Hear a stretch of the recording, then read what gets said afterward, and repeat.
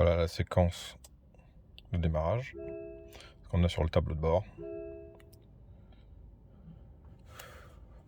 Voilà ce qu'on a sur le panneau. Navigation. Sur la première ZSEV, la navigation était vraiment pas opérationnelle. Sur celle-là, elle est opérationnelle. J'utilise même pas mon téléphone en Android Auto. J'utilise directement ce GPS qui est assez réactif parce qu'il n'était pas sur la première génération de ZS. Là, c'est super, c'est vraiment opérationnel, ça marche vraiment bien. La musique, la batterie, Android Auto. Et on a le deuxième menu ici avec tout ce qui est chauffage, Bluetooth, véhicule, caméra 360. Qui n'a pas l'air de marcher. Et voilà. Et ce qui est aussi intéressant, c'est qu'on a des boutons ici qui permet justement de revenir à la home. On a les boutons de volume qu'on retrouve sur le volant. Bouton de volume. Donc on a des boutons un peu qui se répètent comme ça. C'est intéressant. C'est pas du tout tactile. C'est les deux. On a aussi un bouton freinage automatique, parking. On a un rebis de parking ici. Et voilà. Drive, neutre et marche arrière. Niveau de rangement, on a ça. Une boîte à gants. Et c'est à peu près tout. On va essayer la voiture rapidement. Pour ceux qui ont la possibilité, allez l'essayer. C'est vraiment sympa.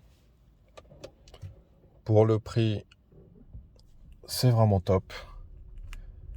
Et l'avis qui n'engage que moi, c'est ce que je dis souvent. Si on a un peu de budget, on peut passer sur le premier prix Model 3, Tesla. Si on a moins de budget, mais qu'on veut quand même des prestations et en avoir pour son argent, je trouve que MG, c'est vraiment le bon compromis. C'est le bon rapport qualité-prix. Et que les entre-deux, je suis pas convaincu. Mais surtout, à cause d'une question d'option. Parce que je préfère payer un chouïa plus cher et avoir une voiture qui me permet d'avoir un simili-cuir, une caméra 360, des haut-parleurs de partout. Et c'est ce que j'apprécie chez MG. C'est qu'à ce niveau-là, ils sont vraiment imbattables. J'ai essayé de regarder un peu les prix chez Renault, chez Hyundai, chez Kia. Et le rapport qualité-prix, on s'y retrouve jamais. Alors chez Kia, c'est toujours par gamme, il y a toujours 3 gammes. Chez Renault, ils ont fait la même chose, il y a 3 gammes. Donc on a 3 gammes d'options et de prix. Chez Tesla, vous connaissez à peu près ce qu'on peut faire dessus aussi. Chez MG, ce que j'aime bien dans leur politique, c'est qu'en gros, ils ont fait une gamme de prix pour les entreprises avec des véhicules avec très peu d'options. Et la gamme de prix toute option, et là, elle est plus dirigée pour les particuliers. Donc on paye un peu plus cher, mais on a vraiment tout. Maintenant, je sais pas sur ce véhicule-là, mais sur les ZS, ils ont 4 gammes de prix. En gros, ils ont 2 finitions et 2 tailles de batterie. Donc là, je pense qu'on est sur la gamme finition haute pour les particuliers. C'est un véhicule qui est vraiment sympa. J'ai fait un long trajet. Je suis parti en famille avec 2 enfants. J'ai blindé le coffre. J'ai fait de la route. Le seul truc qui m'a un peu gêné, c'est l'autonomie. Parce que comme je le disais tout à l'heure, on a une autonomie là On va peut-être pas le voir, mais les 280. Alors, il indique 300 d'autonomie. Bon, un peu comme sur tous les véhicules électriques, j'ai remarqué que plus on roulait, plus l'autonomie descendait, mais elle descend plus vite que les kilomètres qu'on effectue. Alors je veux bien comprendre qu'il y a des fois des routes qui sont un peu plus en pente, qui fait qu'on consomme un peu plus, mais voilà, il faut toujours avoir une marge de sécurité, et moi c'est ce que j'ai fini par faire, avoir une marge de sécurité, parce que plus on roule et plus l'autonomie descend plus rapidement que les kilomètres qu'on abat. Et comment dire, moi je me prends à peu près une marge de entre 40 et 50 kilomètres. C'est-à-dire que si j'ai un long voyage à faire et que la voiture me donne 300 km d'autonomie, je sais que je vais en faire 250. Parce qu'en cours de route, ça a tendance vraiment à baisser plus rapidement. Voilà ce que je pourrais dire sur l'autonomie. Et voilà, pour moi, mon utilisation, pour la vie de tous les jours, je pense que cette autonomie, elle est suffisante dès qu'on commence à faire à partir de 300 km. C'est beaucoup trop juste. Enfin, pour être vraiment franc, en fait, 300 km, c'est pas du tout suffisant. Ce qu'il faudrait... Moi, j'ai eu la première ZS EV avec la 40 kW ou 41, la première génération, 100% électrique. Je l'ai gardé un an. Ça m'allait en semaine, mais dès qu'il fallait faire des longs trajets, ça n'allait pas du tout.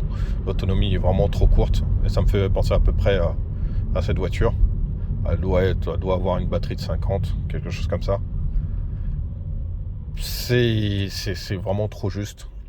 Et moi, j'ai changé pour une MG ZS Long Range, la deuxième génération, la 2021-2022. Et là, c'est vraiment ce qu'il me fallait. C'est-à-dire qu'elle fait 400 km à peu près, aux alentours de 400. Oui, 400. Après, si on fait de la route et qu'on roule à 110, on va faire 370, 350. Si on fait de la ville, on va plutôt faire 450 km.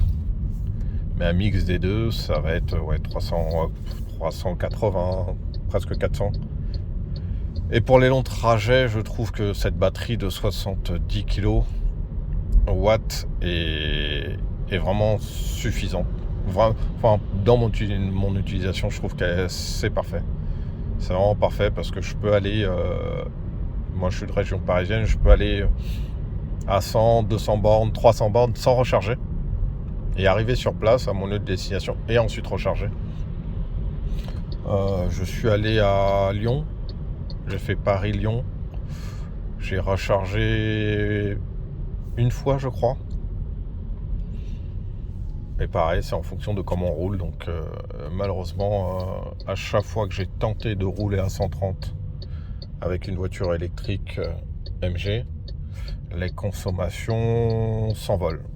Donc grand max, et pour être vraiment tranquille, faut rouler à 100, 110 ou 100, et là vraiment on est tranquille. Donc voilà ce que je pouvais dire sur la MG. C'est un bon véhicule, bon rapport qualité-prix. Si vous pouvez aller en concession et l'essayer, vous vous rendrez compte vous-même que c'est quand même de la bonne facture. C'est vraiment bien fini. Et ce que j'aime chez eux aussi, contrairement à d'autres marques, vraiment le gros point fort de chez MG, c'est que si on passe d'une thermique à une électrique, on n'est pas perdu. On n'est pas perdu dans le sens où on a tout ce qui se fait dans une voiture thermique. On a des boutons pour les vitres. On n'est pas en mode tout tactile. Il y a vraiment des boutons pour plein de fonctions. Des boutons ici, des boutons là, un écran, le tableau de bord.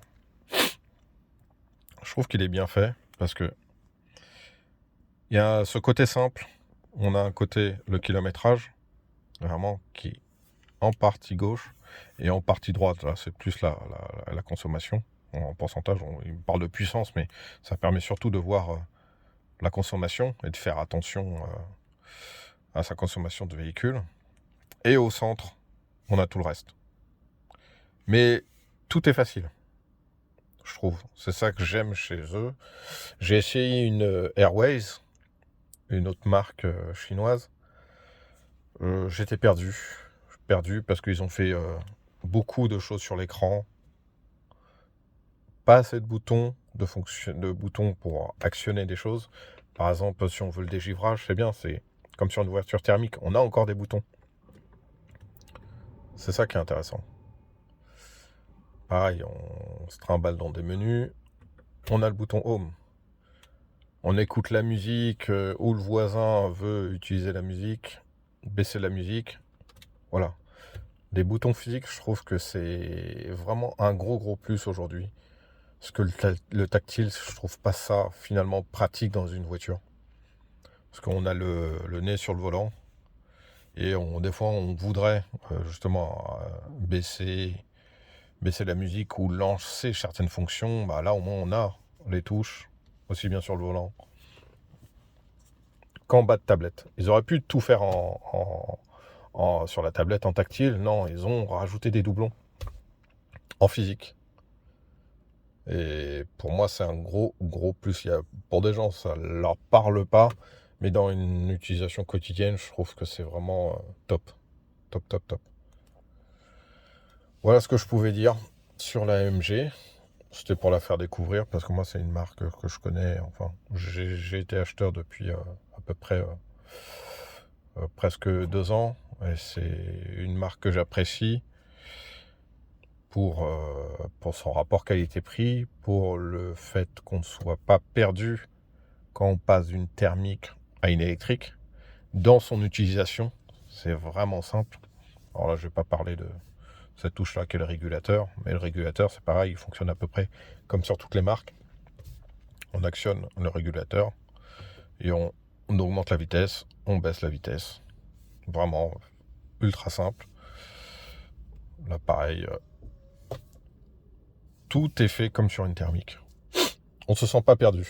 Je pense que n'importe quelle personne qui a jamais conduit d'électrique, s'il se met à bord d'une MG, il ne sera pas perdu. Parce que la première chose qu'il va faire, c'est démarrer. Et s'il a une thermique automatique, bah, tout ce qu'il va faire, c'est mettre sur D. Parce que c'est gros, c'est voyant, et c'est positionné comme sur une thermique. Donc vraiment, on ne se sent pas perdu. Et c'est tout ce qu'il y a à faire. Pareil, si on ne connaît pas le véhicule, et qu'on ne l'a jamais vu, toutes les infos sont là. Le navigateur, on a juste appuyé dessus. La musique, on a juste appuyé dessus. On a un bouton Home, facile. La batterie, le pourcentage de batterie, il est là. Pour entrer dedans, il y a juste à appuyer. On revient toujours avec le bouton Home. Et encore des raccourcis ici. Donc vraiment, tout est simple. Caméra 360. On clique dessus. On choisit la caméra qu'on veut, celle des rétros, celle de l'arrière. Et on a la vue en 360 juste à côté. Et pour sortir, pas besoin de sortir de menu, etc. Il y a la croix. Et si jamais on ne veut pas la croix, on appuie sur le bouton Home et on est sorti. Donc vraiment un gros plus pour l'utilisation qui est vraiment facile. Et on ne se sent pas perdu comparé à d'autres marques. J'ai juste conduit quelques dizaines de minutes une Tesla. Et c'est vrai que j'ai eu besoin du commercial pour qu'il m'explique comment fonctionnait la voiture. Alors que sur celle-là, je pense que les personnes qui veulent essayer, ils ne se sentiront pas perdus parce que vraiment l'architecture et l'ergonomie ne changent pas d'une thermique à une électrique. Donc voilà. Je vous conseille de l'essayer pour vous faire un avis, parce que tant qu'on n'essaye pas, regarder des tests sur Internet ou sur YouTube, c'est pas suffisant. Il faut vivre le véhicule, l'essayer, faire quoi? Un essai de 30 minutes pour voir un peu. Si on a des enfants, essayer de voir si la poussette rentre dans le coffre. Moi, c'est le test que j'avais fait quand j'ai acheté une MG, pour ceux qui ont des enfants. Et ça permet de voir aussi s'il y a des gros bagages qui vont passer et si on va pas avoir de soucis, quoi. De place. C'est surtout ça. Et puis, la chose aussi que j'apprécie chez MG, c'est les places à l'arrière. Les places à l'arrière sont vraiment assez conséquentes. Il y a vraiment beaucoup de place pour les passagers arrière. Donc, pour les gens qui ont des enfants, ils verront qu'ils auront beaucoup de place au niveau des jambes. Donc voilà ce que j'ai pu faire. Je vais rendre ce véhicule aujourd'hui parce que c'était un prêt. Je l'ai gardé une semaine, j'ai pu rouler une semaine avec. J'ai bien aimé. Et maintenant je vais récupérer ma ZS EV Long Range.